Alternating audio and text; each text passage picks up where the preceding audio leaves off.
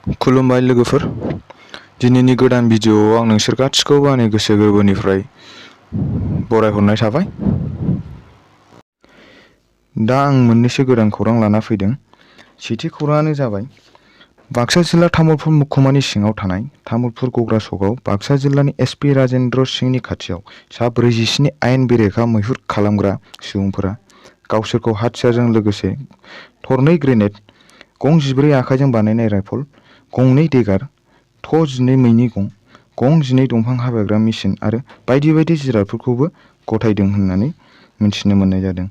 आरो बिथांमोना बुंनाय बादिब्ला गोलाव समनिफ्रायनो मै अमा गावना न'खर खुंबोदोंमोन होननानै बुंनाय जादों।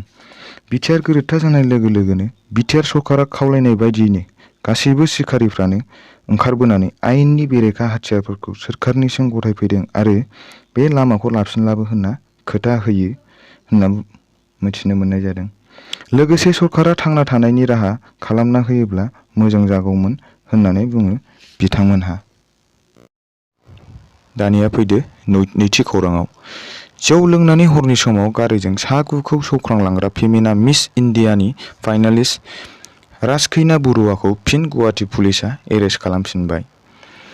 राजखैना बरुवाया एक्सिडेन्ट खालामनायनि उनाव हमजादोंमोनब्लाबो 24 घन्टानि गेजेरावनो बेल मोनदोंमोन होनना मिथिनो मोननाय जादों।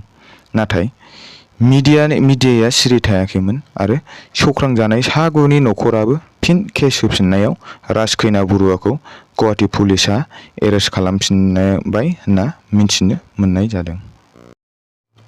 दानिया फैदो थामथि खौराङाव।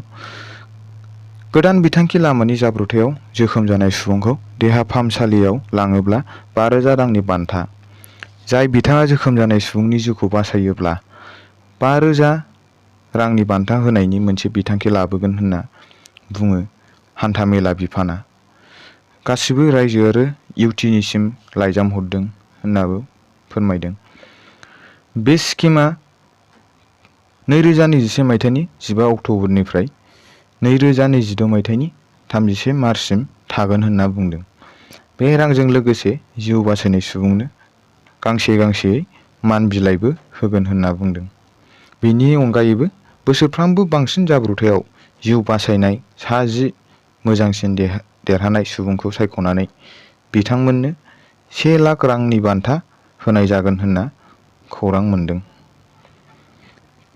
दानिया फैदो ब्रैथि खौराङाव। गुवाहाटीनि बरसापारा सारदा लामानि नखरसे न'आव बेलासिनि 4:50सोआव दाखायथि हाबदोंमोन होनना मिथिदों। बिनि दायाव सा 3 पुलिसखौ हमदों होनना फोरमायदों। दाखायतफोरा गालांनाय गंसे डास्टार गारिखौ लानानै संदाननायाव बेखौ मिथिनानै हमो होनना बुंदों।